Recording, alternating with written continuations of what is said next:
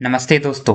आप सबका स्वागत है मेरे इस YouTube चैनल में जिसका नाम है फोर्ट्रेस स्टॉक्स। यहाँ पर हम कुछ ऐसे स्टॉक्स को एनालाइज करते हैं जिनका एनालिसिस आपको YouTube पर या अन्य जगह इतना डिटेल में नहीं मिलेगा। हम इसे एक क्वांटिटेटिव फ्रेमवर्क पर एनालाइज करते हैं जिसे मैंने नाम दिया है फोर्ट्रेस, FORTRESS। मैं थोड़ा सा आपको ये समझाऊंगा कि इस फ्रेमवर्क में मैं क्या एनालिसिस करता हूं और उसके बाद हम आज की कंपनी का डिटेल एनालिसिस शुरू करेंगे। तो आज जिस कंपनी को हम समझने वाले हैं डिटेल में उसका नाम है ऋषभ इंस्ट्रूमेंट्स लिमिटेड। तो कुर्सी की पेटी बांध लीजिए, आराम से बैठ जाइए और धीरे धीरे हर एक पॉइंट को समझने की कोशिश कीजिए कि इस कंपनी में क्या है। तो एक ब्रीफ ओवरव्यू कर लें कंपनी का। कंपनी का नाम है ऋषभ इंस्ट्रूमेंट्स लिमिटेड, एनएसई और बीएसई पर लिस्टेड है। Electrical equipment manufacturing, industrial measurement और टेस्टिंग इक्विपमेंट, ये सारी चीजें ये कंपनी बनाती है। इसका हेडक्वार्टर है नासिक, महाराष्ट्र में। इसके अलावा इसके और भी ऑफिसेज हैं।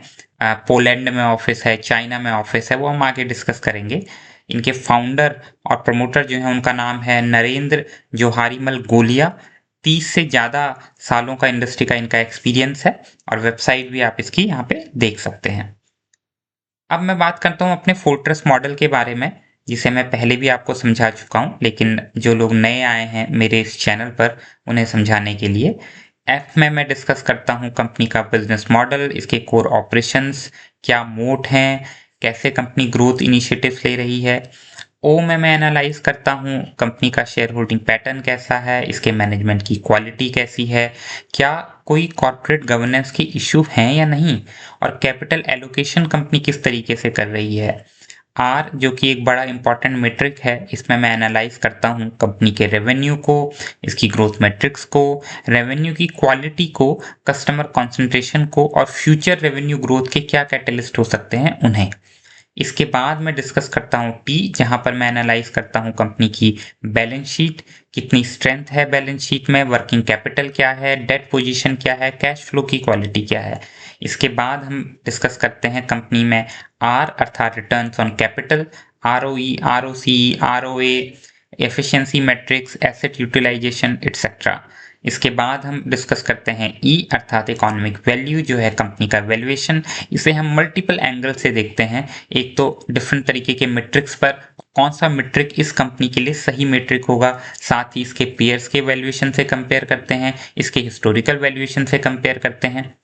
इसके बाद हम पहुंचते हैं एस पर, जहां पर हम कुछ सिनारियो बिल्ड करते हैं, bull case, bear case, base case, और हम प्रिडिक्ट करने की कोशिश करते हैं कि कंपनी की जो गाइडेंस है उसके अकॉर्डिंग तीनों तरह के केसेस में कंपनी का एक फेयर प्राइस क्या होना चाहिए।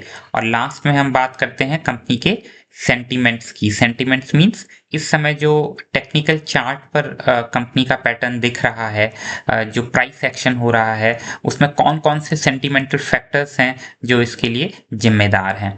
तो इन सब चीज़ों को स्टडी करने के बाद हम एक कॉमन शीट पर पहुंचते हैं जहां पर हम इसे फाइनल मार्क्स देते हैं। तो आइए अपनी जर्नी शुरू करें। सबसे पहले देखते हैं फाउंडेशन। फाउंडेशन में अगर आप देखें कंपनी कहाँ कहाँ लिस्टेड है, तो कंपनी जो है कि मैन्युफैक्चरिंग यूनिट्स इंडिया में है, नासिक में हमने देखा था, पोलैंड में है और चाइना में है। पोलैंड में एक कंपनी थी ल्यूमेल, जिसको इन्होंने एक्वायर किया था 2012 के आसपास, और ल्यूमेल आलूकास्ट और ल्यूमेल ऐसे दो डिवीजन है उसके, और उसकी वजह से इसकी मैन्युफैक्चरिंग यूनिट पोलैंड में है। इसके अलावा कंपनी के दो मॉडिफिकेशन सेंटर्स हैं, एक यूनाइटेड किंगडम में है और एक यूएसए में है। नासिक में इनकी जो फैसिलिटी है वो बहुत जल्दी उसकी कैपेसिटी डबल होने वाली है, क्योंकि वहां पे कंपनी का कैपेक्स चल रहा है। आगे हम देखेंगे इसमें क्या क्या चीजें कंपनी कर रही है। एज ऑफ नाउ कंपनी की जो प्रोडक्शन कैपेसिटी है लगभग 38.5 मिलियन प्रोडक्ट्स पर एनम की है, लेकिन कैपेसिटी यूटिलाइजेशन अभी केवल 56% है। इसका मतलब क्या है कि अभी सिग्निफिकेंट एक्सपेंशन का रूम है कंपनी के पास ग्रोथ करने के लिए। कंपनी की वर्कफोर्स देखें तो 740 से ज़्यादा स्किल्ड एम्प्लॉयज कंपनी में काम कर रहे हैं। आर एन डी की टीम कंपनी की लगभग 160 लोगों की है। इसका मतलब कि R N D heavy company है, जो कि बहुत अच्छी बात है। की क्लाइंट्स देखें, ABB, Hitachi, siemens, L&T, dash technology, तो बहुत टॉप नॉच क्लाइंट्स हैं कंपनी के, जो कि अगेन एक बड़ी अच्छी बात है। अब हम डिस्कस करते हैं कंपनी का प्रोडक्ट पोर्टफोलियो, कौन कौन से प्रोडक्ट्स कंपनी बनाती है, कौन कौन से सेक्टर में कंपनी काम करती है। तो अगर इसके प्रोडक्ट पोर्टफोलियो को आप देखें तो आपको समझ में आएगा कि मेनली कंपनी जो इलेक्ट्रिकल इक्विपमेंट्स होते हैं उन पे काम करती है। एक बार इनके नाम पढ़ें, energy management software, digital transducer, data logger and recorders, isolators and controllers and power quality monitors. अगर आप ये सारे बंच ऑफ प्रोडक्ट्स देखें तो आप इसे बहुत सरल भाषा में आपको मैं समझाता हूँ। जैसे कोई भी कंपनी है या कोई भी इंडस्ट्री है, तो अच्छा वो कंपनी कहीं पे काम कर रही है तो उसको काम करने के लिए इलेक्ट्रिसिटी की जरूरत पड़ती है, हमें पता है। अब इलेक्ट्रिसिटी की जरूरत जब पड़ती है तो वो इलेक्ट्रिसिटी के डिफरेंट इंडिकेटर्स को कैसे मैनेज वो कंपनी कर रही है, या कैसे जो है इलेक्ट्रिसिटी की रिक्वायरमेंट को कंपनी मिनिमम कर रही है, या कैसे एक डेटा के बेसिस पर हम ये जानने की कोशिश कर रहे हैं कि कंपनी का optimum efficient utilisation of electricity क्या होगा, उसके लिए जो हेल्प कर रही है वो है हमारी ऋषभ इंस्ट्रूमेंट्स। तो एनर्जी मैनेजमेंट सॉफ्टवेयर क्या करता है कि जो एनर्जी की खपत हो रही है इंडस्ट्री में उसको मेजर करता है। डिजिटल ट्रांसड्यूसर क्या करते हैं, ये बेसिकली जो करंट फ्लो हो रहा है उसे जो है एक तरीके से आप समझ लीजिए कि डिजिटल फॉर्म में जो है चेंज करने का काम करते हैं। डेटा लॉगर्स और रिकॉर्डर्स लॉग करते हैं, डेटा को रिकॉर्ड करते हैं।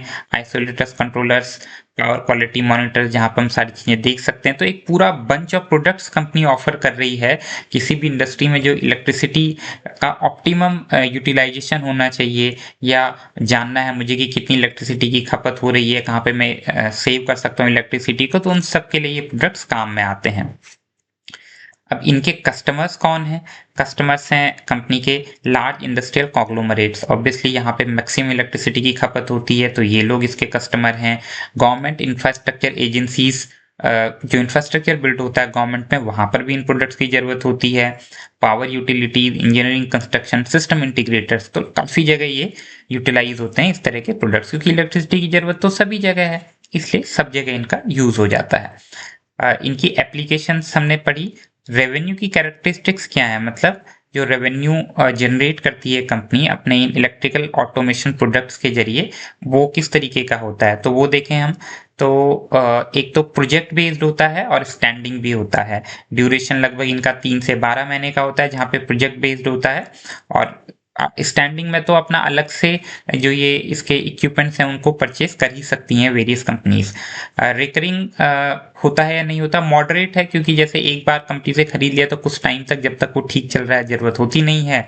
सीजनैलिटी केवल मैंने इसलिए मेंशन की है क्योंकि कई बार क्या होता है कि जो प्रोजेक्ट्स होते हैं उनको जो नेक्स्ट हाफ होता है, मींस Q3 और Q4, उनमें जो है बहुत तेजी से किया जाता है। एक तो मार्च एंडिंग होती है, और दूसरा जो डेवलपमेंट का टाइम होता है, क्योंकि ना रेन हो रही होती है ना और इश्यूज हो रहे होते हैं, तो इस समय पे काफी अच्छा काम खिंचता है। ईपीसी कंपनी आपने देखा होगा मैक्सिमम इसी समय कॉन्सेंट्रेटेड रहती हैं। ज्योग्राफिकल स्प्लिट देखें तो 35% जो ये प्रोडक्ट्स हैं या ये सर्विसेज हैं कंपनी, ये इंडिया में ऑफर करती है, और 65% ये इंटरनेशनल एरिना से इसे रेवेन्यू आता है। इलेक्ट्रिकल ऑटोमेशन प्रोडक्ट्स की जो ये कैटेगरी है कंपनी की, इसमें कंपनी को लगभग 35 से 40% रेवेन्यू अर्न होता है। अब देखते हैं कंपनी और दूसरी कौन सी कैटेगरी में काम करती है। दूसरा बिजनेस सेगमेंट कंपनी का है वो है मीटरिंग, कंट्रोल एंड प्रोटेक्शन। देखिए ये भी अगेन इलेक्ट्रिकल इक्विपमेंट्स हैं बहुत सारे, digital multimeter, clamp meter, insulation tester, earth resistance tester, power quality analysers, ये सारे के सारे जो है टेस्टिंग के इक्विपमेंट हैं। ये एक बड़ा इंपॉर्टेंट सेक्शन है कंपनी का, जो यहाँ से रेवेन्यू आता है लगभग 25 से 30%। इसके बाद आप देखें मैन्युफैक्चरिंग एंड इंजीनियरिंग, यहाँ से भी कंपनी को रेवेन्यू आता है 15 से 20%। ये बिल्कुल एक अलग सी डिवीजन है। देखें यहाँ पे क्या कंपनी करती है, यहाँ पे कॉन्ट्रैक्ट मैन्युफैक्चरिंग करती है, aluminium die casting, precision machining, electronic manufacturing और MARC प्लेटफॉर्म सॉफ्टवेयर। अब ये क्या होता है, इसको सरल भाषा में समझते हैं। तो इसमें मेन काम जो कंपनी का है वो है एल्यूमिनियम डाई कास्टिंग का, HPDC भी कहते हैं, हाई प्रेशर डाई कास्टिंग। तो होता क्या है कि हाई प्रेशर में कास्टिंग क्या होती है, हमने एक मोल्ड लिया, उसमें एल्यूमिनियम को पिघलाया और एल्यूमिनियम को उस मोल्ड में डाल करके हमारा जो डिजायर्ड मॉडल है, जो डिजायर्ड प्रोडक्ट है, वो हमने बना लिया। बस नॉर्मल कास्टिंग और हाई प्रेशर कास्टिंग में क्या डिफरेंस होता है कि ये जो मोल्डिंग होती है ये बहुत हाई प्रेशर के साथ होती है, तो बहुत प्रिसाइज हमारे मॉडल बन पाते हैं, बहुत प्रिसाइज इक्विपमेंट बन पाते हैं। इसकी एप्लीकेशंस बहुत जगह हैं, स्पेशली आप देखेंगे इलेक्ट्रॉनिक्स इंडस्ट्री में, सर्किट बोर्ड्स बनाने में, आपके जो ईवी के अभी ईवी रेवोल्यूशन भारत में आने वाला है उसके लिए जो ऑटो कंपोनेंट्स बनाने में, इसमें इन सब का यूज होता है, जो इंडस्ट्रियल प्रोडक्ट्स बनाने में। तो ये एक बड़ा इंपॉर्टेंट डिवीजन है कंपनी का। और मैंने आपको बताया जो ल्यूमिल पोलैंड की कंपनी थी, इसको एक्वायर करने के बाद ल्यूमिल एलुकास्ट जो उसकी एक डिवीजन है, उसके थ्रू कंपनी इस काम को करती है। अगला कंपनी का वर्टिकल है सोलर स्ट्रिंग इन्वर्टर्स का, जहां से कंपनी एज ऑफ नाउ बहुत कम रेवेन्यू अर्न कर रही है, लेकिन ये फ्यूचर में कंपनी का एक बड़ा ग्रोथ ट्रिगर हो सकता है। सोलर स्ट्रिंग इन्वर्टर्स क्या होते हैं, यहाँ पे कंपनी पहले ये देखते हैं कि बनाती क्या क्या है, कौन कौन से प्रोडक्ट्स कंपनी के हैं। Grid connected solar inverters, micro inverters, hybrid inverters, testing services, manufacturing services. So basically आप देखें कि जब जो सोलर हमारी एनर्जी है, सोलर एनर्जी क्या होती है, वहाँ से हमें जो करंट मिलता है वो मिलता है DC। जबकि हमारे जो घरों में यूज़ होती हैं, हमारा पंखा चल रहा है, हमारा AC चल रहा है, फ्रिज चल रहा है, ये किस पे चलता है, ये AC करंट पे चलता है। तो ये DC टू AC जो कन्वर्जन होता है बेसिकली, उसी में ये सोलर इन्वर्टर्स यूज होते हैं। और अलग अलग कैपेसिटी के, अलग अलग मेगावाट कैपेसिटी के सोलर इन्वर्टर्स कंपनी बना रही है, सोलर स्ट्रिंग इन्वर्टर्स। इसको भी आगे हम डिटेल में पढ़ेंगे। कंसोलिडेटेड रेवेन्यू मिक्स को एक बार देखें हम, तो इलेक्ट्रिकल एंड इलेक्ट्रॉनिक कंपोनेंट से कंपनी का लगभग 70% का रेवेन्यू आ रहा है। हाई प्रेशर डाई कास्टिंग से कंपनी का लगभग 30% का रेवेन्यू आ रहा है। यूरोप से कंपनी को 68% रेवेन्यू मिलता है। एशिया से कंपनी 23.4% रेवेन्यू कमाती है और बाकी सब जगह से लगभग 8.5% रेवेन्यू कमाती है। तो ट्रूली आप कह सकते हैं कि एक ग्लोबल कंपनी है और इससे हमें कंपनी में कॉन्फिडेंस भी मिलता है, क्योंकि यूरोप में अपना सामान बेचने के लिए या दुनिया के विभिन्न पार्ट्स में अपना सामान बेचने के लिए काफ़ी स्टैंडर्डाइज सिस्टम होने चाहिए, आपके पास सर्टिफिकेशंस होने चाहिए, इतना ट्रस्ट होना चाहिए मार्केट में, जो ट्रस्ट ऋषभ इंस्ट्रूमेंट्स अचीव कर पाई है। चलिए आगे बढ़ते हैं और देखते हैं कि कंपनी का टोटल एड्रेसेबल मार्केट क्या है। सो करंट मार्केट साइज अगर आप देखें इलेक्ट्रिकल इंस्ट्रूमेंट्स का, वो है लगभग 40,000 से 45,000 करोड़ और ये 8 से 12% CAGR से बढ़ रहा है लगातार। तो प्रोजेक्टेड 2030 में ये बढ़ करके 75,000 से 80,000 करोड़ हो जाएगा, जो कि एक काफी बड़ा टैम है ऋषभ को पेनिट्रेट करने के लिए। अच्छा, लेकिन क्या ये पेनिट्रेट कर पाएगी, ये डिपेंड करेगा ये आगे कैसे ग्रो करती है और जो इसके कॉम्पिटिटर्स हैं उनसे मार्केट शेयर को कैसे अपने पक्ष में लेकर के आती है। करेंटली जो ऋषभ का पेनिट्रेशन है वो बहुत कम है। आप देखेंगे, हम इसको डिटेल में पढ़ते हैं, एक सेकेंड, यहाँ थे हम, ठीक है। तो ऋषभ का जो पेनिट्रेशन है आप देखें, एस्टिमेटेड इंडिया से जो रेवेन्यू कंपनी का आ रहा है वो 240 करोड़ आ रहा है, 2025 का ये डेटा है। मार्केट शेयर केवल 0.55% है और अगर 2 से 3% भी कंपनी जो है ये मार्केट शेयर को गेन करती है तो कंपनी का ये रेवेन्यू बढ़ करके 880 करोड़ और अगर 3% गेन करती है तो 1320 करोड़ हो जाएगा। तो काफ़ी अच्छा टैम कंपनी का नज़र आ रहा है इस पर्सपेक्टिव से। अब देखते हैं कंपनी का, हाँ, अब देखते हैं कंपनी की मार्केट कंपोजिशन में। मैंने बताया अलग अलग फील्ड में कंपनी काम कर रही है। सो ऑटोमेशन और कंट्रोल डिवाइसेस हैं जो कि 20,000 करोड़ का टैम रखती हैं। मेजरमेंट और टेस्टिंग टूल में लगभग 11,000 करोड़ का टैम है। सोलर इन्वर्टर्स और रिलेटेड चीज़ों में 6,500 करोड़ का टैम है और टेस्टिंग एंड सर्विसेज में लगभग 6,500 करोड़ का टैम है। इसी तरह से ये तो इंडिया स्पेसिफिक है, इंडिया स्पेसिफिक के अलावा ग्लोबली भी बहुत बड़ा मार्केट है। यूरोपियन इलेक्ट्रिक मार्केट अपने आप में 800 बिलियन पाउंड का है। पोलैंड का मार्केट ही अपने आप में 25 से 30 बिलियन पाउंड का है। और ल्यूमेल वहां पर जिस अपनी सब्सिडरी या जिसको एक्वायर किया था रिसर्व इंस्ट्रूमेंट्स ने, उसके थ्रू कंपनी बिजनेस कर रही है, वो वहां पर एक लोकल प्लेयर है जो ईस्टर्न यूरोप और जर्मनी को सर्व कर रहा है।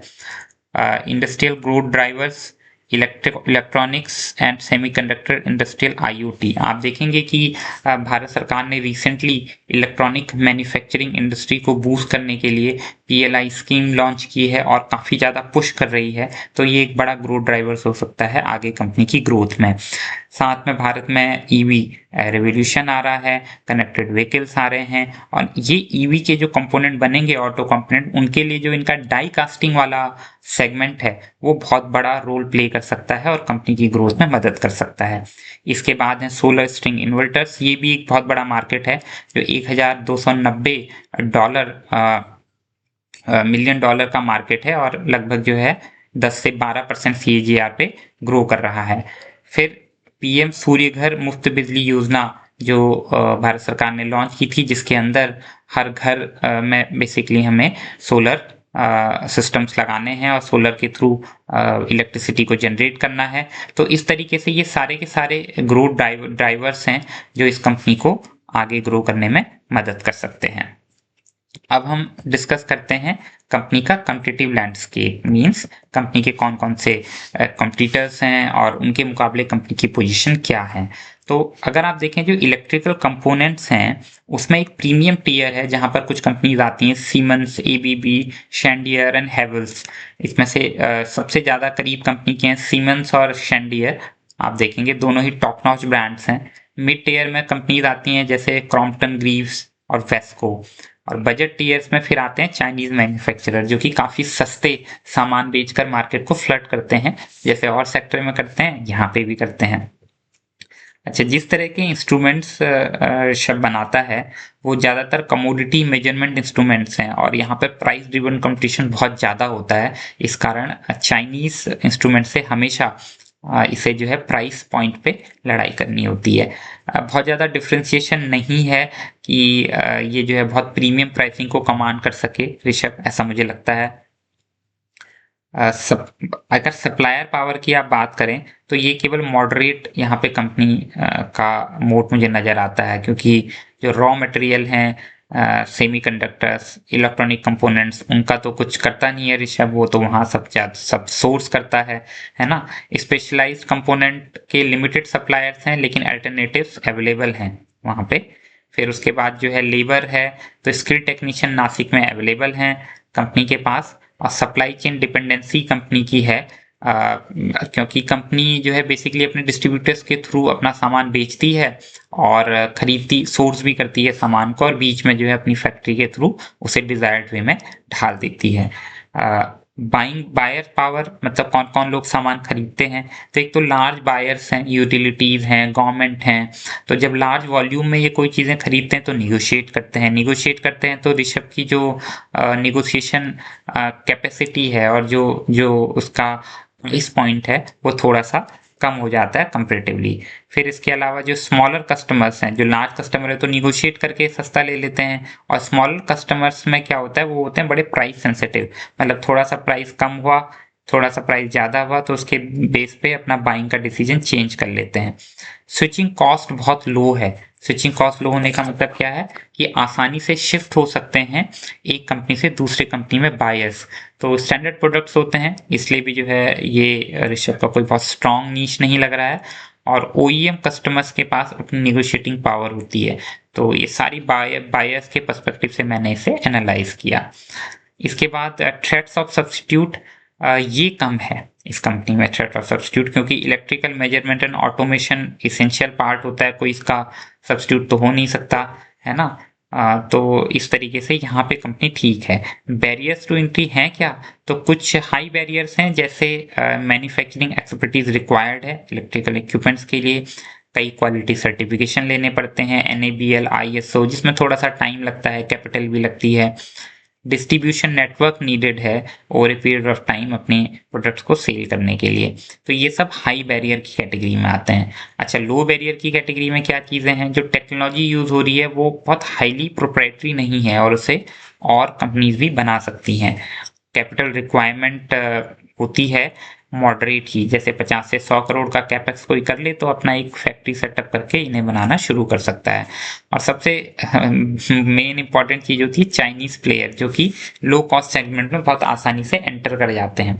तो इस तरीके से अगर आप ओवरऑल एनालाइज करें तो कुछ चीज़ें मॉडरेट बैरियर आप कह सकते हैं इस इंडस्ट्री में, कुछ हाई बैरियर चीज़ें हैं, कुछ लो बैरियर चीज़ें हैं। तो ऋषभ को हम कह सकते हैं एक मॉडरेट बैरियर जिस इंडस्ट्री में काम कर रही है वहां पे ऋषभ के पर्सपेक्टिव से ये है।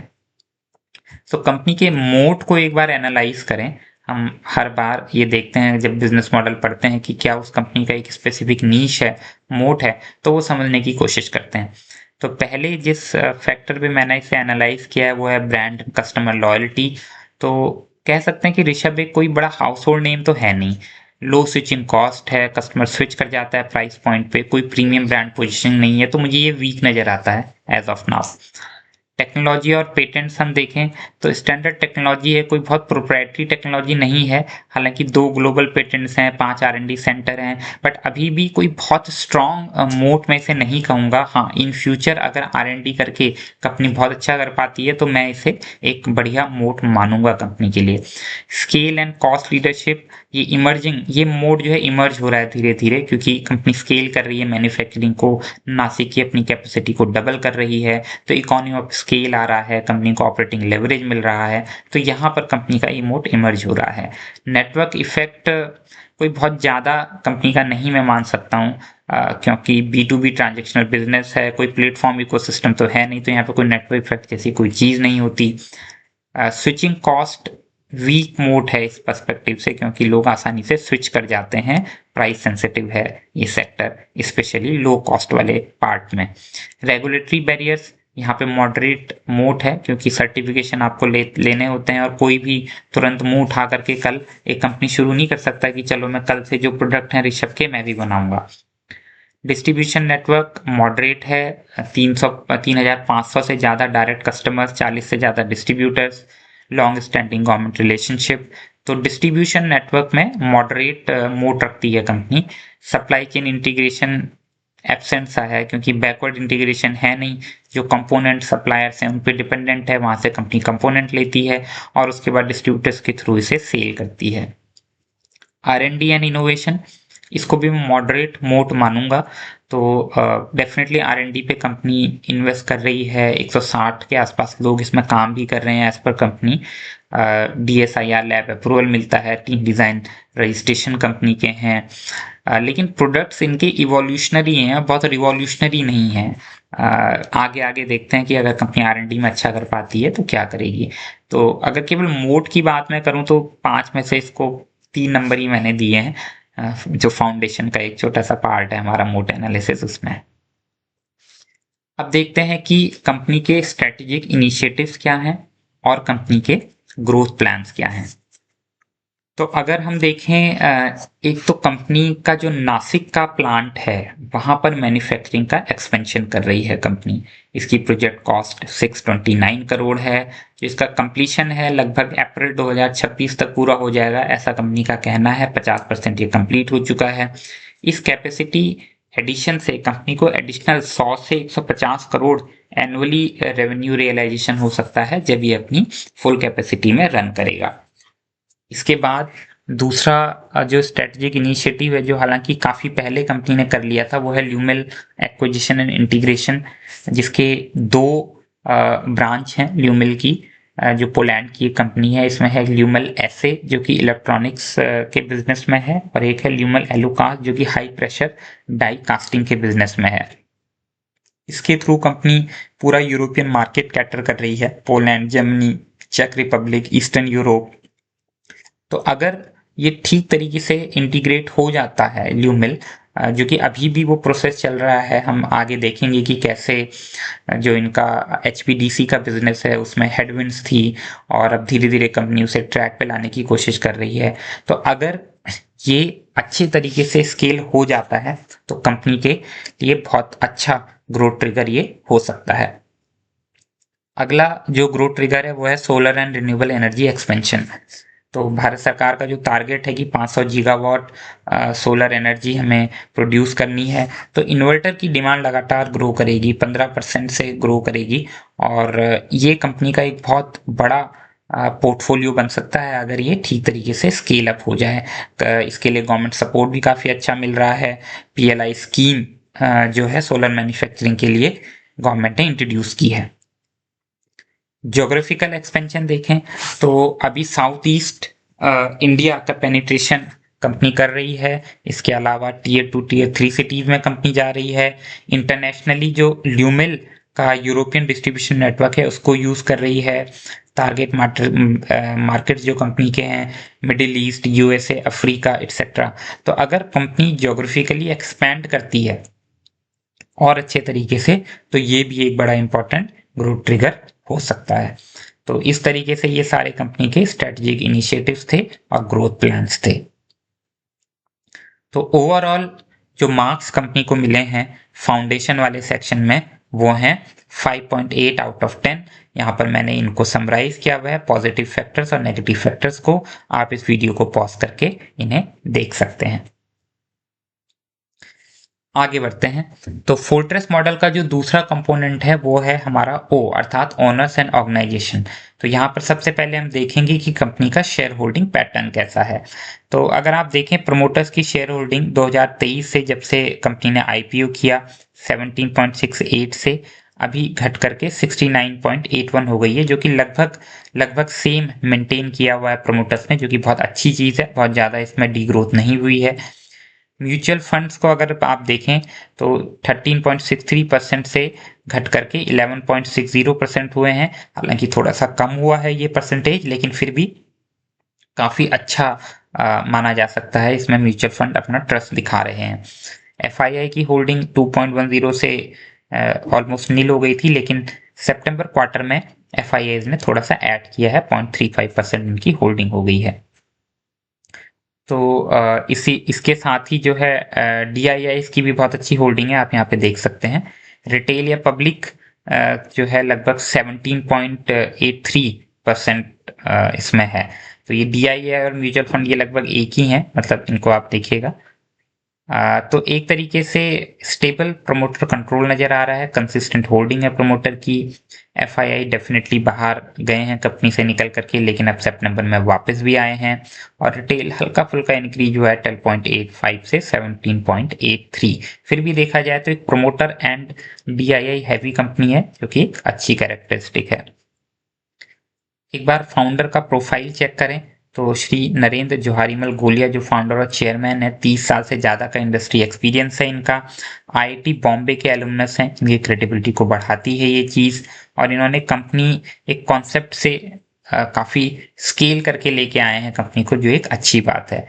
कॉर्पोरेट गवर्नेंस के कुछ पॉइंट्स को देखें तो BSE NSE पे लिस्टेड है। NABL का सर्टिफिकेशन कंपनी के प्रोडक्ट को मिलता है। DSIR R&D लैब है कंपनी के पास। वेरियस तरीके के ISO सर्टिफिकेशंस हैं। रिलेटेड पार्टी को देखें तो रिलेटेड पार्टी ट्रांजेक्शन मुझे ज़्यादा नहीं मिले, बहुत मिनिमल हैं, आर्म्स लेंथ पे हैं, 5% रेवेन्यू से भी कम के हैं, तो इसे इग्नोर किया जा सकता है। कोई लोन गारंटीज एक्सेट्रा प्रमोटर्स को नहीं दी गई हैं। इनसाइडर ट्रेडिंग पैटर्न भी बहुत सिग्निफिकेंट मुझे नहीं मिले। कैपिटल एलोकेशन और डिविडेंड को देखूं तो आईपीओ कैपिटल का डिप्लॉयमेंट इन्होंने बहुत ठीक तरीके से किया है, क्योंकि इसमें से काफ़ी पैसा इन्होंने नासिक में जो कैपेक्स किया वहां पर यूटिलाइज किया। अभी डिविडेंड नहीं पे कर रही है कंपनी, और कोई इक्विटी डाइल्यूशन इन्होंने पोस्ट आईपीओ नहीं किया है, जो कि अगेन एक बहुत अच्छी बात है। अच्छा, इसमें एक चीज़ मैं आपको समझाना चाहता हूँ, ये कैपिटल एलोकेशन हम क्यों पढ़ते हैं ऑनर्स और मैनेजमेंट क्वालिटी के पर्सपेक्टिव से, क्योंकि इससे हमें पता चलता है कि जो ऑनर्स हैं वो कितना सीरियस हैं अपनी कंपनी को ग्रो करने में। अब यही जो कैपिटल एलोकेशन है, अगर कंपनी सिर्फ सोचिए अपने डेट को कम करने में यूज़ कर रही होती या फिर केवल वर्किंग कैपिटल के तौर पे यूज़ कर रही होती, तो कंपनी की ग्रोथ उससे बहुत ज़्यादा प्रभावित नहीं होती। लेकिन यहाँ पे आप देखिए कंपनी ने कैपेक्स किया है, तो कैपेक्स से क्या होगा, रेवेन्यू सर्ज होगा। रेवेन्यू सर्ज होगा तो कंपनी की ग्रोथ भी और ज़्यादा बेहतर हो पाएगी। चलिए, तो ऑनरशिप में अगर मैं देखूं ऑनर्स एंड ऑर्गेनाइजेशन में, तो इसमें मैंने कंपनी को अच्छा स्कोर दिया है 8/10, क्योंकि इक्विटी डाइल्यूशन नहीं है, कोई रिलेटेड पार्टी ट्रांजेक्शन नहीं है, ओनर्स मुझे सॉलिड नज़र आ रहे हैं, कोई प्लेजिंग नहीं है, कोई कॉर्पोरेट गवर्नेंस के और तरह के कोई इश्यूज नहीं है, फाइलिंग टाइम पे होती है, अपने शेयर होल्डर से कंपनी इंटरेक्ट कर रही है, तो सब कुछ अच्छा नज़र आ रहा है, 8/10। चलिए अब नेक्स्ट पार्ट पे आते हैं, जो कि कंपनी की रेवेन्यू मशीन, जो कि एक बड़ा इंपॉर्टेंट और सबसे ज़्यादा इंपॉर्टेंट मैं कहूँगा फैक्टर है किसी भी कंपनी को जब हम एनालाइज करते हैं उसमें। तो कंपनी के रेवेन्यू का पैटर्न देखें, 2023 में कंपनी ने लगभग 569 करोड़ का रेवेन्यू अर्न किया था, जो FY25 में बढ़कर 722 करोड़ हो गया। कोई बहुत ज़्यादा ग्रोथ पिछले 1-2 सालों में आपको नहीं दिख रही है कंपनी की। FY23 से 24 में 20% बढ़ा था, लेकिन उसके बाद ग्रोथ 10% से कम है। इवन FY26 में भी 386.7 करोड़ का रेवेन्यू कंपनी ने H1 में अर्न किया है, जो कि बहुत ज़्यादा ग्रोथ नहीं है, करीब 7 से 8% ही रेवेन्यू ग्रो हुआ है। लेकिन एबिटा को देखें, बड़ा इंटरेस्टिंग पैटर्न आपको दिखाई देगा। एबिटा FY23 में 77 करोड़ था, FY24 में 72 करोड़ था, FY25 में 49 करोड़ रह गया। एबिटा मार्जिन पे लगातार प्रेशर दिख रहा था, 13% से ये घट करके 7% हो गया था। लेकिन H126 में देखें, एबिटा मार्जिन बढ़ करके 16% हो गया है। तो कंपनी एक टर्न अराउंड की तरफ जा रही है, जिसका कारण हम आगे पढ़ेंगे, बट मैं आपको ब्रीफ में बता दूं कि कंपनी का जो एक ल्यूमेल, जो पोलैंड की कंपनी है, उसका जो HPDC डिवीजन है, हाई प्रेशर डाई कास्ट, वो अच्छा परफॉर्म नहीं कर रहा था, वो लॉस मेकिंग डिवीजन था, और इस साल कंपनी उसे लॉस मेकिंग से प्रॉफिट मेकिंग बना चुकी है। इस वजह से कंपनी का जो एबिटा मार्जिन है आपको इतना ज़्यादा बेहतर होते हुए दिखाई दे रहा है, और इसकी वजह से कंपनी को काफ़ी ऑपरेटिंग लेवरेज भी मिल रहा है।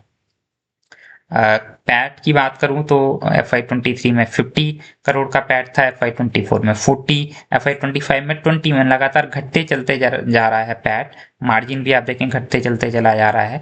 लेकिन H1 FY26 में अभी कंपनी ने लगभग 42 करोड़ का पैट कर लिया है, जो कि 10.8% पैट मार्जिन से किया है, और ऑलमोस्ट लास्ट ईयर का डबल पैट तो कंपनी ने H1 में ही कर लिया है। इसका मतलब क्या है, पिछले साल तक कंपनी के ऊपर काफी प्रेशर नजर आ रहा था इसके एबिटा मार्जिन और पैट मार्जिन में, लेकिन इस साल कंपनी इसको टर्न अराउंड करने की तरफ बढ़ रही है। तो इसके मेन फीचर्स, ग्रोथ डिसेलरेशन हुई, लेकिन मार्जिन इंकवरी हुई है, रिकवरी हो रही है मार्जिन की, प्रॉफिटेबिलिटी की कंसर्न है, लेकिन अब इस साल कंपनी इसे इंप्रूवमेंट की तरफ लेके जा रही है। आगे बढ़ें तो कंपनी की जो रेवेन्यू क्वालिटी और विजिबिलिटी को आप देखते हैं, क्योंकि केवल कितना रेवेन्यू कितना प्रॉफिट है उससे काम नहीं चलेगा। ऑर्डर बुक्स की बात करें तो एग्जैक्टली क्योंकि कंपनी का बिजनेस इस तरीके का है कि हर चीज़ ऑर्डर बुक डिपेंडेंट नहीं है, बट फिर भी मोटा मोटा जो कंपनी के कॉन्फ्रेंस कॉल में और अन्य चीज़ों से मुझे पता चला, मैंने यहाँ पे लिखा हुआ है। ल्यूमेल SA, जो इनका इलेक्ट्रॉनिक्स का डिवीजन है ल्यूमेल कंपनी का पोलैंड का, वहाँ से इन्हें लगभग 50 करोड़ का कॉन्ट्रैक्ट मिला है जून 25 में, 2 साल का। अगेन ल्यूमेल से इन्हें 10 करोड़ का कॉन्ट्रैक्ट मिला है रिसेंटली दिसंबर 2025 में। डेटा सेंटर प्रोजेक्ट्स से कंपनी को कुछ ऑर्डर बुक आई है, एग्जैक्टली कंपनी ने मेंशन नहीं किया। हिस्टोरिकल कॉन्टेक्स्ट में देखें तो AGM में कुछ समय पहले कंपनी ने बताया था कि इनके पास 734 करोड़ के आसपास के ऑर्डर्स हैं, तो लगभग कंपनी के पास अच्छी खासी ऑर्डर बुक हमें नजर आ रही है।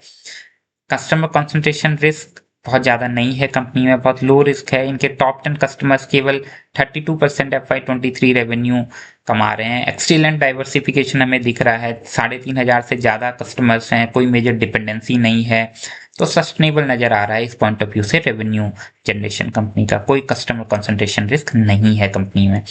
ज्योग्राफिकल रेवेन्यू मिक्स कैसा है, यूरोप का 68%, एशिया का 24%, अदर्स 8.5%। ओवरऑल इंडिया में कंपनी लगभग 35% रेवेन्यू अर्न करती है, और एक्सपोर्ट से कंपनी 65% रेवेन्यू अर्न करती है। तो ज्योग्राफिकली भी काफ़ी डाइवर्सिफाइड कंपनी दिख रही है हमें।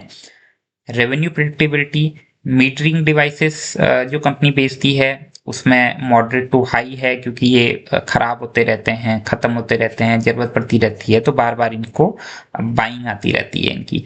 ऑटोमेशन में मॉडरेट है, क्योंकि टेंडर बेस्ड प्रोजेक्ट होते हैं जो कंपनी पूरा ऑटोमेट करके देती है।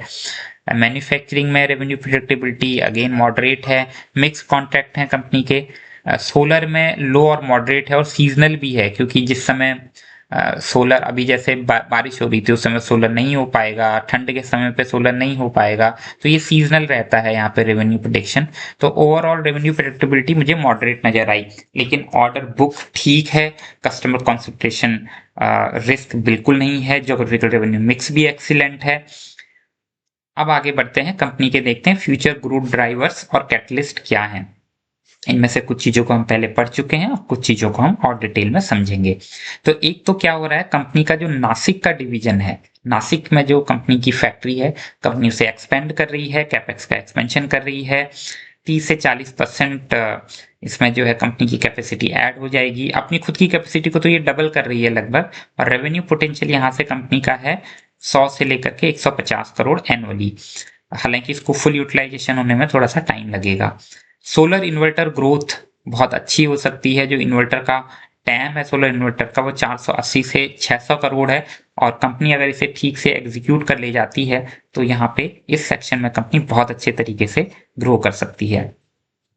इंफ्रास्ट्रक्चर कैपेक्स साइकिल, जितना ज्यादा गवर्नमेंट स्पेंड करेगी इंफ्रास्ट्रक्चर कैपेक्स में, उतना ज्यादा ऋषभ को फायदा होगा। तो 111 लाख करोड़ की इंफ्रास्ट्रक्चर कैपेक्स साइकिल है, जो कि भारत सरकार अगले कुछ सालों में अचीव करने वाली है। ल्यूमेल इंटीग्रेशन ठीक तरीके से हो जाए तो ये एक बड़ा फ्यूचर ड्राइवर्स बनेगा, क्योंकि कॉस्ट रिडक्शन कंपनी ने हमने देखा कि ऑलरेडी अचीव किया है। ल्यूमेल एलुकास्ट वाली डिवीजन को टर्न अराउंड किया है। हाल ही में कंपनी ने स्काडा वाली कंपनी को एक्वायर किया था, तो उसको ल्यूमेल के संग ये कंबाइन करके अपना इंटीग्रेशन टेक को शेयर करके, इंटीग्रेट करके और बेहतर रेवेन्यू ग्रोथ कर सकती है, क्रॉस सेल कर सकती है।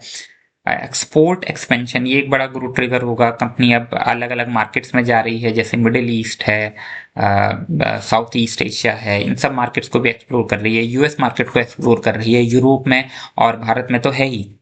और एक बड़ा इंपॉर्टेंट कंपनी ने एक्विजिशन किया है, जो अगेन एक गेम चेंजर हो सकता है ऋषभ इंस्ट्रूमेंट्स के लिए, वो है स्काडा। तो रिसेंटली माइक्रोसिस करके एक कंपनी है, उसको कंपनी ने जो है बेसिक एक्वायर किया है, और माइक्रोसिस कंपनी के पास जो एक स्काडा सॉफ्टवेयर है। स्काडा क्या होता है कि एक तरीके से ऑटोमेशन सॉफ्टवेयर होता है, जो बड़ी इंडस्ट्रियल प्रोसेसेस को ऑटोमेट करता है, जैसे पूरा का पूरा शहर की इलेक्ट्रिसिटी का ऑटोमेशन, पूरा का पूरा वाटर सप्लाई का ऑटोमेशन, या जो ट्रांसमिशन हो रहा है रिमोट ट्रांसमिशन, वहां पूरा स्काडा सिस्टम लग करके हमें ट्रांसमिशन पूरे सिस्टम को कंट्रोल करता है। तो स्काडा एक बहुत बड़ा टैम कंपनी को देता है ये वाला एक्विजिशन। तो ये एक बड़ा इंपॉर्टेंट पार्ट कंपनी के लिए हो सकता है। तो काफी सारे ग्रोथ ड्राइवर्स हमें दिख रहे हैं, काफी सारे कैटलिस्ट हमें दिख रहे हैं। तो ओवरऑल इन सब कारणों की वजह से मैंने ऋषभ को 7 नंबर दिए हैं 10 में से, 7 आउट ऑफ 10। इसके जो पॉजिटिव और नेगेटिव हैं आप ब्रीफ में यहाँ पे पढ़ सकते हैं, इसको पॉज करके वीडियो को। तो बहुत बढ़िया तरीके से मार्जिन रिकवरी हुई है, इस कारण इसके मार्क्स मैंने थोड़े से बढ़ा दिए हैं। ऑल्दो अगर रेवेन्यू ग्रोथ देखें तो इतनी ज़्यादा नहीं है, केवल अभी 7 से 8% के आसपास हो रही है, बट एबिटा बहुत तेज गति से बढ़ रहा है। और अप्रैल के बाद चूंकि इनकी कैपेसिटी भी इंक्रीज हो जाएगी और सोलर इन्वर्टर्स का इनका मार्केट भी ग्रो होगा, इसलिए आगे इनका रेवेन्यू ग्रोथ बहुत अच्छा हो सकता है। इवन कंपनी ने अपनी कॉन्फ्रेंस कॉल में कहा है कि ये वाला ईयर कंपनी का 2026 का ईयर स्टेबलाइजेशन का ईयर है और 2027 का ईयर है एक्सीलरेशन का। तो देखते हैं कि कंपनी एक्सीलरेट कर पाती है या नहीं। अब हम बात करेंगे कंपनी की ट्रेजरी एंड फाइनेंसेस, मतलब कंपनी की बैलेंस शीट। तो रेवेन्यू और प्रॉफिट तो कंपनी कमा रही है, हमने देखा टर्न अराउंड हो रहा है कंपनी में। लेकिन कंपनी की बैलेंस शीट में देखते हैं कि ये कैश गले में आ रहा है कि नहीं आ रहा है, ये पैसा कहीं ऐसा तो नहीं कि अकाउंट में पड़ा हुआ है। बड़ा इंपॉर्टेंट फैक्टर है, इसे समझने की कोशिश करते हैं। तो यहाँ पर मैंने एक टेबल बनाई है, थोड़ा अलग तरीके से इस समय मैंने बैलेंस शीट को स्टडी करने की कोशिश की और आपको समझाने की कोशिश की है। एसेट साइड और लायबिलिटी साइड। तो asset is equal to liability होता है, आपको पता है 958 crore is equal to 958 crore. अगर आप एसेट साइड पे देखें, कंपनी के फिक्स्ड एसेट लगभग 325 करोड़ हैं, 34% है टोटल एसेट के। Current work in progress 25 crore के आसपास है। इन्वेंट्रीज कंपनी की 167 करोड़ हैं, लगभग 17 करोड़ ऑफ एसेट इन्वेंट्री में कंपनी का पड़ा हुआ है। ट्रेड रिसीवेबल लगभग 13% के आसपास पड़े हुए हैं, 130 करोड़। कैश एंड इक्विवेलेंट बड़ा इंपॉर्टेंट कंपोनेंट है ये। देखिए 103 करोड़ का तो कैश कंपनी के पास है, जो लगभग 11% है। एक्सीलेंट पोजीशन है कंपनी की, specially it being a manufacturing company. Goodwill company की है 27 करोड़ की। अच्छा, गुडविल क्या होती है मैंने आपको पहले भी समझाया था। जैसे कंपनी किसी और कंपनी को एक्वायर करती है तो उस कंपनी की जो रियल वैल्यू है उससे ऊपर एक प्राइस कंपनी पे करती है, उस प्राइस को हम कहते हैं गुडविल। जैसे ऋषभ ने ल्यूमिल को बाय किया तो ल्यूमिल के सारे जो एसेट्स मिला करके जितने पैसे बने, उस पैसे से प्रीमियम जो ऋषभ ने पे किया उसके ऊपर, उसे कहते हैं गुडविल। तो ये गुडविल जो है अकाउंट्स में कंपनी रखती है। अभी इसको एज एन एसेट साइड में कंपनी ने रखा हुआ है, क्योंकि एक तरीके से इनटेंजिबल एसेट है ये कंपनी की। और एज ऑफ नाउ जो नजर आ रहा है ल्यूमिल से, स्पेशली ल्यूमिल के ऐसे डिवीजन से कंपनी को अच्छा खासा बिजनेस भी मिल रहा है। तो ये कंपनी के एसेट साइड की बैलेंस शीट हमने देखी। लाइबिलिटी साइड में देखें तो कंपनी की बोरोइंग्स लगभग 46 करोड़ शॉर्ट टर्म बोरिंग है, लॉन्ग टर्म डेट करीब 52 करोड़ है। तो ओके ओके है, बहुत ज्यादा नहीं है। 100 करोड़ का डेट है, और 100 करोड़ का डेट तो सोचिए कंपनी के पास 100 करोड़ के तो कैश पड़े हुए हैं, तो आज चाहे तो कंपनी अपना डेट जो है चुका सकती है एक तरीके से आप देखें। ट्रेड पेबल्स 66 है, काफी अच्छे हैं। जल्दी कंपनी अपने जो जहां से सामान लेती है, रॉ मटेरियल सप्लाई करती है, उनको जो है अपने पैसे टाइम से दे पाती है। अदर करंट लाइबिलिटीज बहुत सिग्निफिकेंट नहीं है। टोटल डेट जो है बहुत कम है। डेट टू इक्विटी रेशियो देखिए 0.1, excellent debt to equity ratio है। और इक्विटी कंपनी का 691 करोड़ है। इसमें रिटेन अर्निंग्स भी होते हैं, पैड भी इसी में ऐड हो जाता है। जो इक्विटी और रिजर्व वाला सेक्शन आप देखते हैं इवन स्क्रीनर में, वो है ये। तो एक हमने ब्रीफ खींचा कंपनी के एसेट साइड का और कंपनी की लायबिलिटी साइड का। इससे हमें अपने आप बहुत सारी चीजें पता लगी, जैसे कंपनी की कैश पोजीशन काफी अच्छी है, कंपनी की इन्वेंट्रीज मॉडरेट हैं, कंपनी का वर्क इन प्रोग्रेस चल रहा है नासिक कैपेसिटी को एक्सपेंड करने के लिए, कंपनी का डेट कोई बहुत ज्यादा नहीं है, कंपनी की debt to equity ratio excellent है। आगे बढ़ते हैं, वर्किंग कैपिटल को एक बार एनालाइज करें तो कंपनी का जो डेट, अगर आप देखें डेटर डेज कंपनी के 77 थे 2023 में, जो कि घट करके लगभग 68 हो गए हैं, जो कि अच्छे हैं। मतलब कंपनी जिस इंडस्ट्री में काम कर रही है उसके हिसाब से अपने पीएस के अकॉर्डिंग काफी अच्छे हैं। जो इन्वेंट्री डेज हैं कंपनी के 218 थे 2023 में, जो घट करके 195 हो गए हैं। इंप्रूवमेंट हुआ है, लेकिन इसे और इंप्रूवमेंट होने की जरूरत है। डेज पेबल भी कंपनी के 117 से घट करके 98 हो गए हैं, जो कि एक अच्छी बात है। कंपनी अपने क्रेडिटर्स को भी पैसा टाइम से दे पा रही है। और कैश कन्वर्जन साइकिल जो इन तीनों से मिलके बनता है, DSO plus DIO minus DPO, वो कंपनी का 178 2023 में था और वहां से घट करके 165 हो गया है, जो कि अगेन एक अच्छा ट्रेंड दिखा रहा है। लेकिन सबसे अच्छी बात कंपनी की है, यहाँ पे आप देखें वर्किंग कैपिटल डेज। तो वर्किंग कैपिटल डेज कंपनी के लगभग 76 की रेंज में है एज ऑफ नाउ, जो कि काफी अच्छे हैं, क्योंकि कंपनी के पास काफी कैश पड़ा हुआ है। जो कैश कन्वर्जन साइकिल है वो कई बार जो जो कंपनी के पास एडिशनल कैश है और कई और चीजों को मेजर नहीं करती है। वर्किंग कैपिटल डेज से हमें एग्जैक्टली समझ में आता है कि कंपनी की जो पैसा है वो फंस रहा है या नहीं फंस रहा है। तो हमें समझ में आता है कि कंपनी का पैसा इतना ज्यादा नहीं फंस रहा है और कंपनी अपना पैसा रिकवर कर पा रही है आसानी से। तो कुछ अच्छी बातें देखें तो डीएसओ बहुत अच्छे से मेंटेन्ड है, स्टेबल कलेक्शन है कंपनी का, इन्वेंट्री डेज इंप्रूव हुए हैं। नेगेटिव एक थोड़ा सा कह सकते हैं कि कैश कन्वर्जन साइकिल अभी भी थोड़ी सी लंबी है, 165 डेज, मतलब करीब करीब आपका 30 दिन के हिसाब से 5 महीने से ऊपर की ये साइकिल है। लेकिन मैन्युफैक्चरिंग इंडस्ट्री है और हम देखें तो यहाँ पे इस तरह की कन्वर्जन साइकिल लगभग सभी कंपनीज मेंटेन करती हैं। अगर आप शेंडियर और सीमेंस जो मार्केट लीडर्स हैं इनसे कंपेयर करें तो डीएसओ में तो ऋषभ लीडर है एकदम, इनसे बहुत कम टाइम में अपने डेटर से पैसे उठा पा रहा है। शेंडियर और सीमेंस को 85 और 95 डेज लग रहे हैं, ऋषभ को केवल 68 डेज लग रहे हैं। इन्वेंट्रीज देखें, यहाँ पर ऋषभ जरूर थोड़ा सा इन्वेंट्री फंस रही है in comparison to Schneider and Siemens, लेकिन इनकी भी जो इन्वेंट्री है 140 और 165 है, तो इतना कम नहीं है, बहुत ज्यादा डिफरेंस नहीं है। डीपीओ जो डेज पेबल है वो ऋषभ के हल्के से ज्यादा है, बट ओके मैनेजेबल है। सीसीसी अगर हम देखें ओवरऑल तो शेंडियर और सीमेंस का 180 और 170 है और ऋषभ का 165 है, तो लगभग कंपेरेबल है इन सबके। तो इतना ज्यादा जो है इसमें वरीसम ये फैक्टर नहीं है। ऐसे ही एचपीएल इलेक्ट्रिक और जीनस पावर जो एग्जैक्ट पीयर टू पीयर नहीं है, बट ठीक है, कंपैरिजन के लिए मैंने डाल दिया है, आप इसे भी देख सकते हैं। इनसे भी ऋषभ थोड़ा सा बेटर ही नजर आ रहा है। तो क्वांटिटी पोजीशन स्ट्रॉन्गेस्ट डीएसओ है कंपनी का, बढ़िया बात है। हायर डीआईओ है, इन्वेंट्री थोड़ा सा ज्यादा फंस रही है, हल्की ज्यादा, बहुत ज्यादा नहीं। और ओवरऑल सीसीसी बेटर है मोस्ट प्लेयर्स से। तो इस सब ट्रेजरी और फाइनेंसेस में, वर्किंग कैपिटल कंपोनेंट में कंपनी मुझे बहुत अच्छी नजर आ रही है, ऋषभ इंस्ट्रूमेंट्स। अब कुछ रेशियोज को देखें जो हम देखते हैं डेट और लिक्विडिटी पोजीशन के पर्सपेक्टिव से। कंपनी का डेट तो बहुत ज्यादा था नहीं, हमने देखा था। कंपनी का करंट रेशियो है 2.96x, एक्सीलेंट करंट रेशियो है, एलीट इसे माना जा सकता है। मींस कंपनी के जो करंट एसेट हैं, करंट लाइबिलिटीज को बहुत, उसके लगभग 3 गुना है, बहुत अच्छी बात है। तो कंपनी को कोई डेट का प्रेशर नहीं है। क्विक रेशियो भी कंपनी का 2.04x है, थोड़ा सा कम है करंट रेशियो से। क्यों कम है आपको मैं कई बार समझा चुका हूं। जब हम क्विक रेशियो देखते हैं तो कंपनी की इन्वेंट्रीज और जहां पे पैसा फंसा हुआ है उसे निकाल देते हैं, लेकिन स्टिल 2x रेशियो काफी अच्छा है। कैश रेशियो ही कंपनी का 0.57x है, जो कि एक्सीलेंट है। क्योंकि इसका मतलब क्या हुआ कि अपने डेट को आधा तो कंपनी वैसे ही अपने जो कैश पड़ा हुआ है सीधा सीधा उसी से पे कर देगी। Debt to equity ratio company का बहुत अच्छा है, 0.15 इसके आसपास है, आप देखें बहुत अच्छा है। इंटरेस्ट कवरेज कंपनी की एक्सीलेंट है, आयरन क्लैड है, 25x। मींस जो कंपनी अपने एबिटा कमा रही है, प्रॉफिट कमा रही है, उसी से जो डेट पे इंटरेस्ट आ रहा है उसको आसानी से पे कर सकती है। तो स्ट्रॉन्ग लिक्विडिटी पोजीशन है, मिनिमल डेट बर्डन है, फाइनेंशियल फोर्ट्रेस बैलेंस शीट में इसे कहता हूँ, फोर्ट्रेस बैलेंस शीट, बहुत बढ़िया।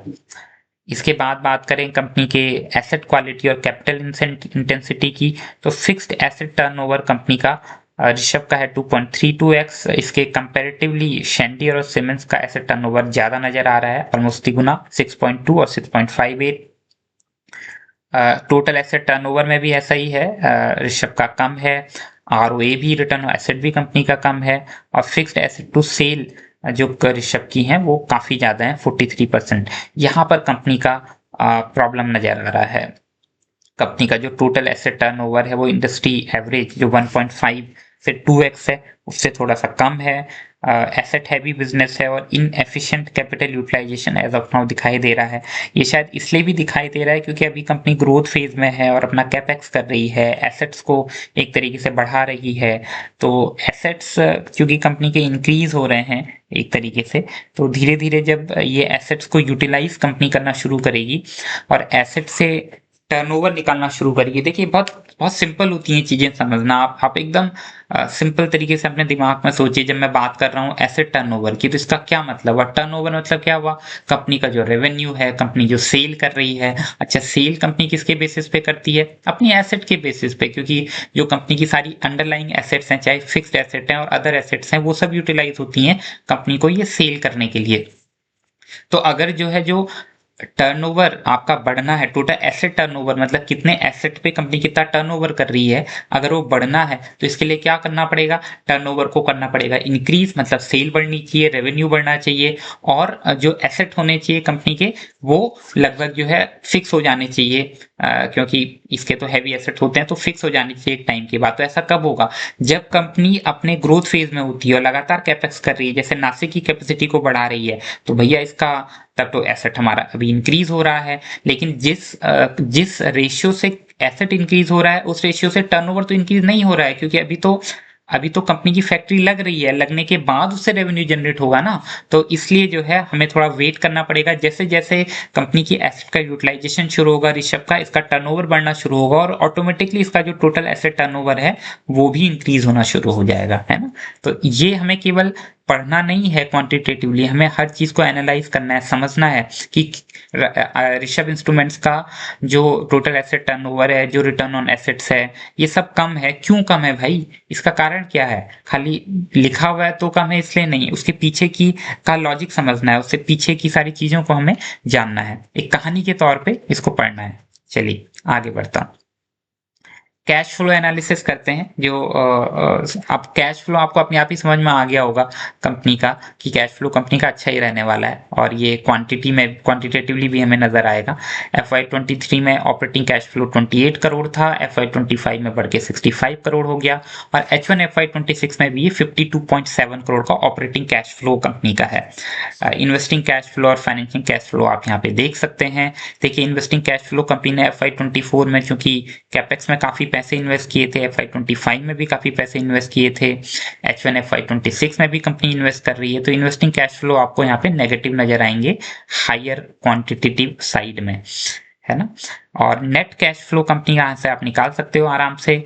फ्री कैश फ्लो कंपनी है, देखिए फ्री कैश फ्लो कंपनी है, 2023 में भी 20 करोड़ का फ्री कैश फ्लो था, 2025 में भी 33 करोड़ का फ्री कैश फ्लो था, H1 FY26 में भी 13.8 का फ्री कैश फ्लो है, बहुत बढ़िया है। और अच्छी बात क्या है कि free cash flow even after this much capex, company अपनी कैपेसिटी एक्सपेंड कर रही है और वहां पे कैपेक्स में पैसा जा रहा है। फ्री कैश फ्लो का फॉर्मूला क्या पढ़ा था हमने, free cash flow is equal to operating cash flow minus capex. तो कैपेक्स के बावजूद भी company free cash flow company है, जो कि बहुत अच्छी बैलेंस शीट को दिखा रहा है। CFO अपॉन पैट रेशियो जो हम एनालाइज करते हैं एक्सीलेंट है, देखिए 1.23x, बहुत बढ़िया है। Strong operating cash generation company कर रही है और फ्री कैश फ्लो कंपनी है, और हमें क्या चाहिए, बहुत बढ़िया बैलेंस शीट नजर आ रही है कंपनी की। तो इतनी अच्छी बैलेंस शीट के कारण मैंने कंपनी को दिए हैं 7.8 आउट ऑफ 10। मैं और मार्क्स भी दे सकता था, लेकिन मैंने इसके मार्क्स घटाए कहाँ पे, जो इसका अभी टर्नओवर वाले रेशियोज है ना, वो वाले रेशियोज अभी जो है इतने बेटर नहीं हुए हैं। धीरे धीरे जब वो बेटर होंगे तो कंपनी की बैलेंस शीट और ज्यादा स्ट्रांग हो जाएगी। इसे डिटेल में आप स्ट्रेंथ और वीकनेसेस पढ़ सकते हैं, बट ट्रेजरी एंड फाइनेंशियल में कंपनी को मैंने दिए हैं 7.8 आउट ऑफ 10। चलिए नेक्स्ट सेक्शन पे आते हैं, जो है हमारा returns on capital, ROE ROC, इन सबको देखते हैं। तो ROE ROC और ROA ये क्या क्या होते हैं, हम एक बार मैं फिर से आपका रिवाइज कराऊं। ROE बड़ा सिंपल है, कंपनी अपनी इक्विटी का जो बेस है उस पर कितना रिटर्न जनरेट कर पा रही है। ROC कंपनी अपना इक्विटी प्लस डेट का जो बेस है उस पर कितना रिटर्न जनरेट कर पा रही है। और RAO कंपनी का ROA कंपनी अपनी एसेट जो अंडरलाइंग एसेट्स हैं उन पे कितना रिटर्न जनरेट कर पा रही है। अभी रिटर्न क्या है, रिटर्न बेसिकली है प्रॉफिट, है ना। तो ROE का फॉर्मूला होता है PAT divided by total equity, ROC हो गया EBIT divided by total equity plus debt, और ROA हो गया total PAT divided by underlying assets. तो अगर आप इनका ROE देखें ऋषभ इंस्ट्रूमेंट्स का, तो FY23 में 11.69% था, जो कि FY25 में घट करके 6.60 हो गया, और इवन H1 FY26 में भी ये लगभग 8.96 नजर आ रहा है। स्क्रीनर में आपको थोड़ा सा अलग दिखाई देगा, लेकिन मेरी कैलकुलेशन जो मैंने करी इनकी बैलेंस शीट से, वो मुझे लगभग इतना ROE इनका मिला। ROC भी कंपनी का एज ऑफ नाउ बहुत कम है 9.24, और ROA भी बहुत कम है 5.63। अच्छा ये क्यों कम है, हमने पढ़ लिया कि बहुत कम है, कॉस्ट ऑफ कैपिटल से भी कम नजर आ रहा है सब, ROE ROC ROA क्यों कम नजर आ रहा है, बड़ा सिंपल है भाई, कंपनी जो है पैट ही नहीं कर रही थी। पिछले साल तो कंपनी का वो ल्यूमेल जो एलुकास्ट वाला डिवीजन था वो तो लॉस में था, कंपनी का पैट इतना डिक्रीज हो गया था, एबिटा इतना डिक्रीज हो गया था। जब कंपनी रिटर्न ही नहीं जनरेट कर रही है तो कहां से जो है कंपनी का ROE ROC अच्छा होगा। यहाँ पे ध्यान दीजिएगा, ROE ROC कंपनी का इसलिए कम नहीं है कि कंपनी ने अपनी इक्विटी डाइल्यूट की है, कंपनी ने अपनी इक्विटी लगभग सेम रखी है आफ्टर IPO। यहाँ पर रिटर्न इसलिए कम कंपनी के मिले हैं क्योंकि प्रॉफिट ही नहीं हो रहा है। जब प्रॉफिट ही नहीं है तो भैया रिटर्न क्या होंगे, है ना। तो बड़ा सिंपल है, अगर आप कहानी को ओवरऑल समझेंगे तो आपको चीजें बहुत आसानी से समझ में आएंगी। तो डिक्लाइनिंग रिटर्न है कंपनी के, ROC कंपनी के कॉस्ट ऑफ कैपिटल से भी कम नजर आ रहा है हमें। कॉस्ट ऑफ कैपिटल क्या होता है भाई, जो नॉर्मली भी आप जो है सोचो, यही पैसा अगर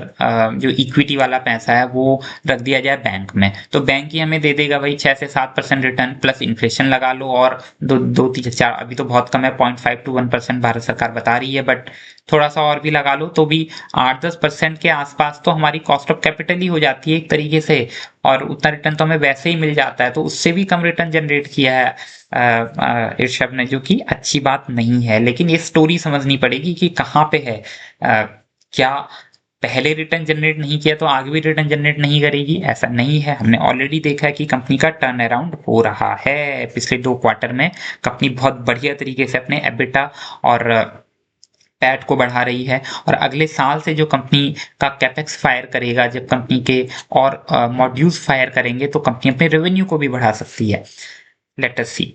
पीयर कंपैरिजन देखें तो शेंडियर सिमेंस का कोई मुकाबला नहीं है भाई। शेंडियर का जो आरओई है 74, आरओसी 40, आरओई 16, सिमेंस का 11, 15, 13, और कहाँ अपना ऋषभ जो है पड़ा हुआ है सिंगल डिजिट्स में। तो इसका कोई कंपैरिजन नहीं है, लेकिन कंपनी को हमें केवल क्वांटिटेटिवली नहीं देखना, उसकी पूरी पूरी कहानी को समझना है। ये कहानी हमने समझ ली। तो एज ऑफ नाउ तो लेकिन मुझे इसका जो आरओई आरओसी ये बिल्कुल अच्छा नजर नहीं आ रहा है। क्वालिटी ऑफ रिटर्न्स का असेसमेंट करें तो कैश बैक रिटर्न है fully, CFO by PAT 1.23x है, हिस्टोरिकली बहुत अच्छा रहा है। सस्टेनेबिलिटी कंपनी की है, हाँ नजर आ रही है, क्योंकि मार्जिन रिकवरी हो रही है ना। मार्जिन रिकवरी होगी तो क्या होगा, पैट अच्छा बनेगा, एबिटा अच्छा बनेगा, और आरओसी आरओई अपने आप इंप्रूवमेंट होंगे। तो आरओसी का इंप्रूवमेंट का पोटेंशियल मुझे काफी अच्छा दिख रहा है इनके कैपेक्स से, और इससे लेट अस सी कि आगे कंपनी कर पाती है या नहीं। एसेट टर्नओवर रेशियो कंपनी का 0.78x है, जो कि कम है। एवरी 1 रुपए के एसेट पे कंपनी अपना केवल 0.78 का रेवेन्यू कर पा रही है। अगेन क्यों कम है, हमने ये पिछले अभी कुछ समय पहले मैंने आपको डिटेल में समझाया था। इंडस्ट्री एवरेज से भी बिलो है, कंपनी अपने कैपेक्स फेज में है। फिक्स्ड एसेट टर्नओवर भी कंपनी का कम है। इन्वेंट्री टर्नओवर कंपनी का ये भी कम है। Cost divided by average inventory industry benchmark से काफी कम है। इसको कंपनी को इंप्रूवमेंट करने की जरूरत है डेफिनेटली। ऑपरेटिंग लेवरेज कंपनी को एज ऑफ नाउ मिल रहा है, क्योंकि पिछले साल लो बेस था कंपनी का। ल्यूमिल ने जो एलुकास डिवीजन है उसने ड्रैग डाउन किया था, लेकिन अब कंपनी मार्जिन एक्सपेंशन की तरफ जा रही है।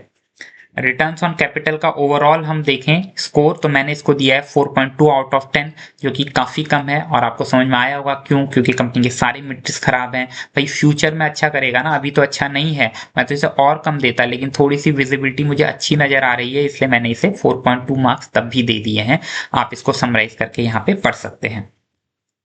आगे बढ़ते हैं, अब बात करेंगे कंपनी के वैल्यूएशन की। तो वैल्यूएशन अगर कंपनी का आप देखें तो मैंने यहाँ पर कंपनी के वैल्यूएशन लिखे हैं अलग अलग मेट्रिक पर, और यहाँ पर मैंने उनको कंपेयर किया है कंपनी के पीयर्स से।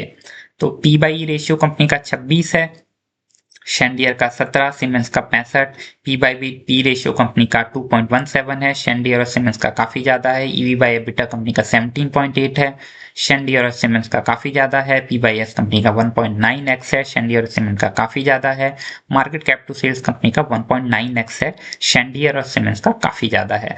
तो इन सारे मेट्रिक्स पे आप देखेंगे कि बहुत फेयर और अंडर वैल्यूड नजर आ रही है कंपनी, क्योंकि ऑटोमेशन, इलेक्ट्रिकल ऑटोमेशन की कंपनी है, और इसको लगभग मिड जो 20s है वहां का पी तो मिलना ही चाहिए, और वहां का पी एक एवरेज पी मैं मान सकता हूं। तो इसलिए आपसे कंपनी काफी फेयर और कुछ मेट्रिक्स में तो इवन अंडर वैल्यूड नजर आ रही है।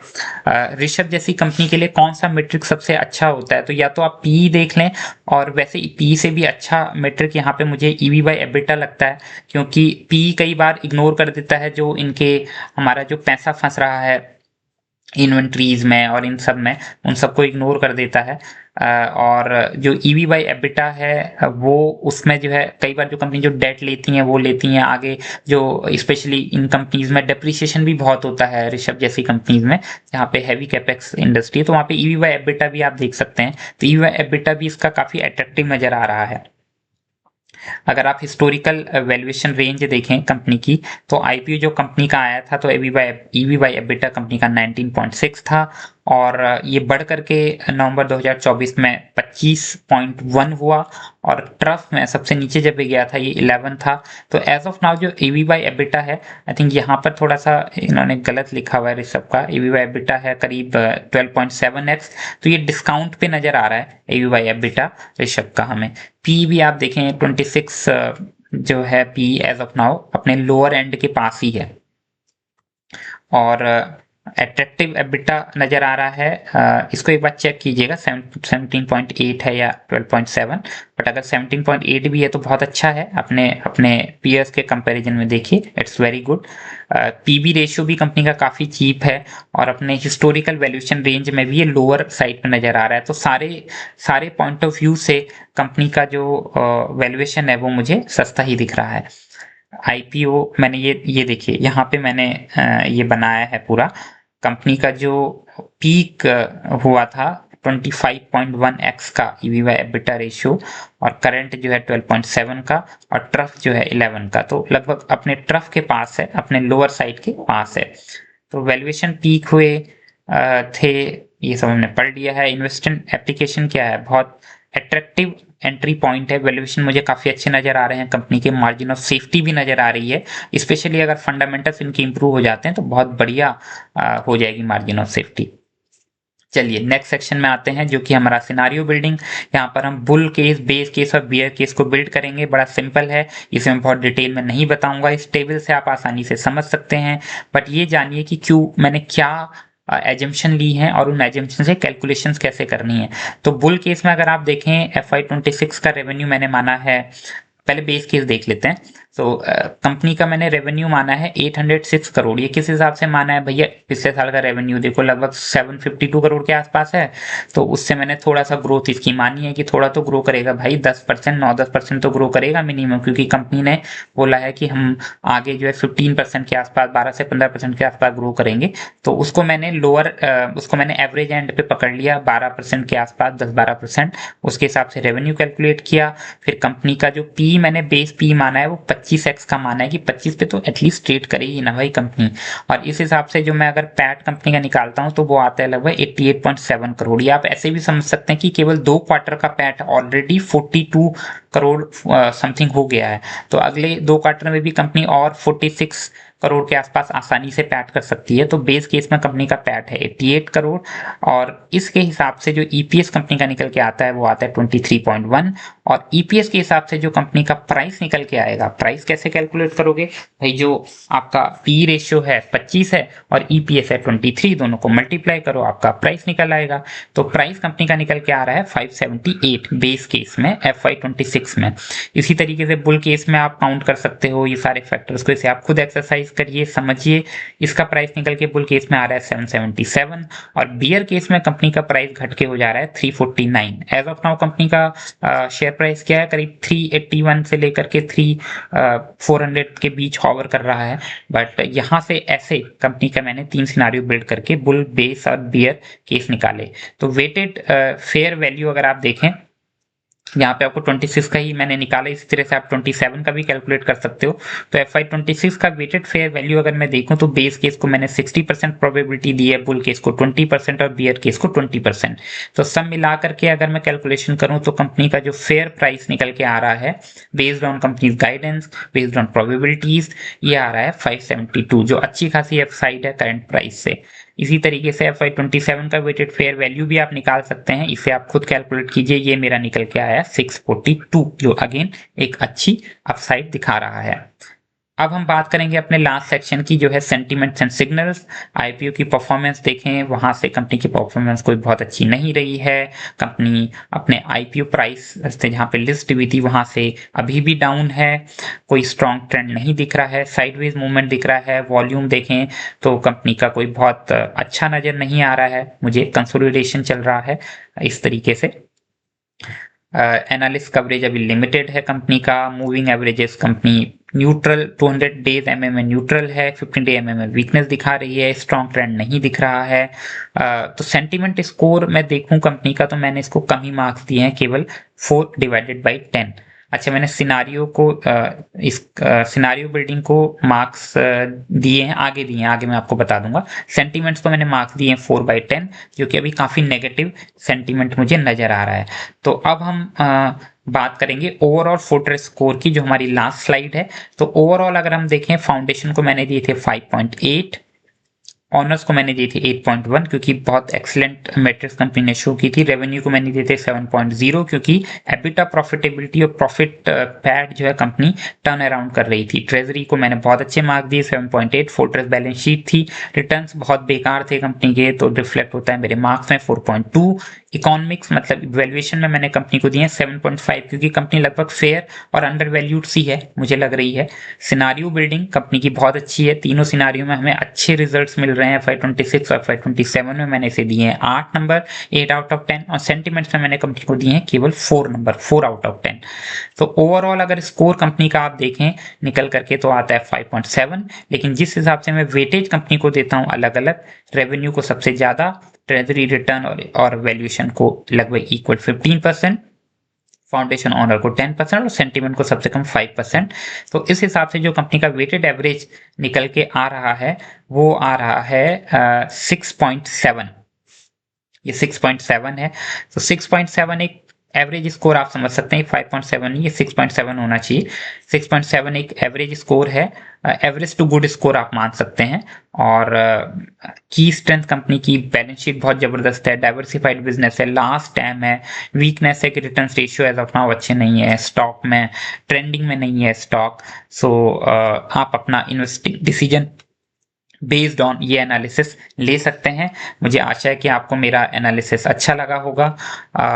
आप भी अगर चाहते हैं कि मैं किसी और कंपनी का, आपकी कंपनी का फोर्ट्रेस एनालिसिस करूं, उसे ब्रेक डाउन करूं, तो आप मुझे अपने कमेंट्स में बता सकते हैं। मेरी आपसे जल्दी मुलाकात होगी, तब तक के लिए जय हिंद, जय भारत।